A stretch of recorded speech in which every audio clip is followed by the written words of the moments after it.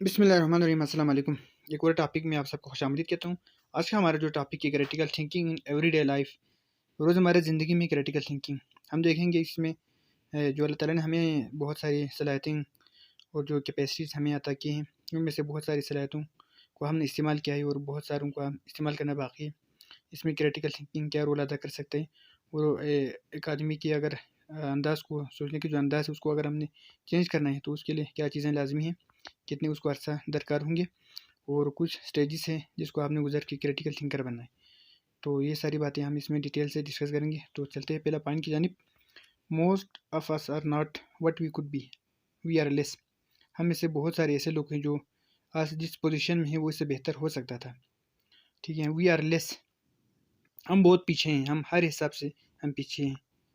अगर आप जिस एस्पेक्ट को भी ज़िंदगी के देखें तो हम पीछे ही नज़र आएंगे। क्यों? क्योंकि हमने क्रिटिकल थिंकिंग को अपनाया नहीं है।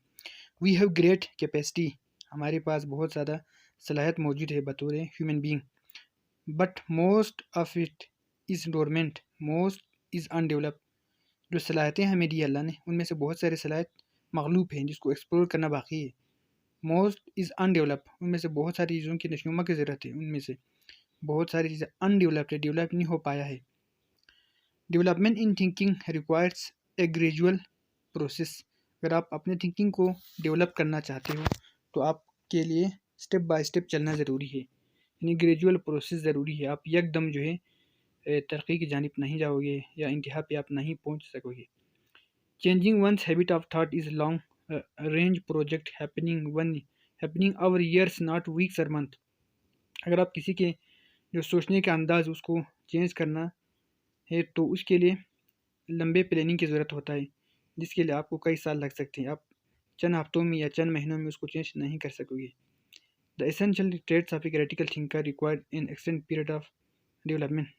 आपने अगर किसी के अंदर जो क्रिटिकल थिंकिंग है उसकी हसलत को पैदा करना है तो आपके लिए आपको उसके लिए कुछ जो चीज़ें ज़रूरत होता है, जिसमें से जो वक़्त है वो बहुत ज़रूरी है। आप आहिस्ता आहिस्ता जो है अपने स्टूडेंट के अंदर, लर्नर के अंदर क्रिटिकल थिंकिंग की जो स्किल है उसको आप डेवलप कर सकोगे।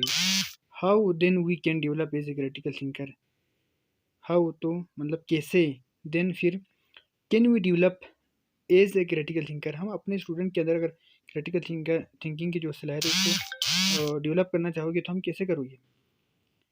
How can we help our self, हम अपना मदद कैसे करोगे कि जिससे हम अपने स्टूडेंट के अंदर क्रिटिकल थिंकिंग को पैदा करें, इन आवर स्टूडेंट, और अपने स्टूडेंट को भी टू प्रैक्टिस बेटर थिंकिंग की वो मज़ीद बेहतर तरीके से सोचे चीज़ों को, जिस तरह वो पहले समझ रहे थे उससे वो एक स्टेप आगे जाके सोचे इन एवरीडे लाइफ, ज़िंदगी के हर मामले में।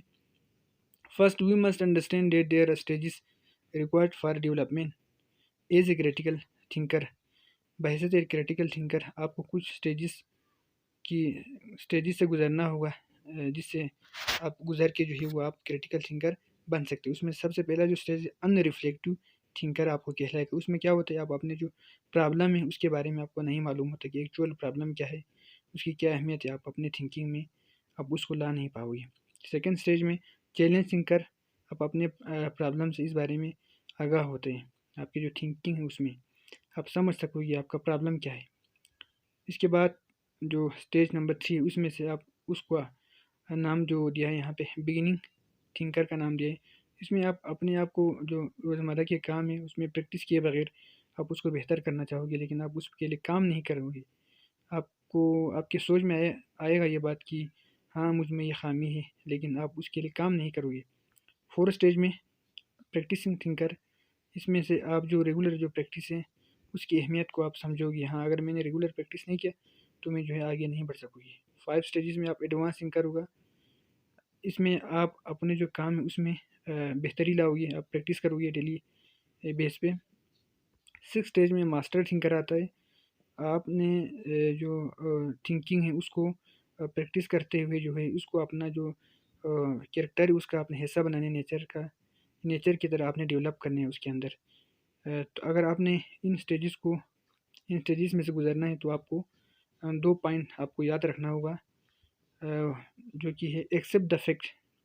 ठीक है, आपने जो हकीकत है, जो आपको मसला है, जो आपकी गलती है उसको आपने एक्सेप्ट करना है। बिगिन रेगुलर प्रैक्टिस, फिर आपने उसको ओवरकम करने, उसको ख़त्म करने के लिए आपने प्रैक्टिस करना है। तो ये 2 चीज़ें आपने याद रखना है, और जो 6 स्टेजेस यहाँ पे बयान किए उन स्टेजेस में से आपने गुजरना है, फिर आप जो है क्रिटिकल थिंकर आप बनोगे।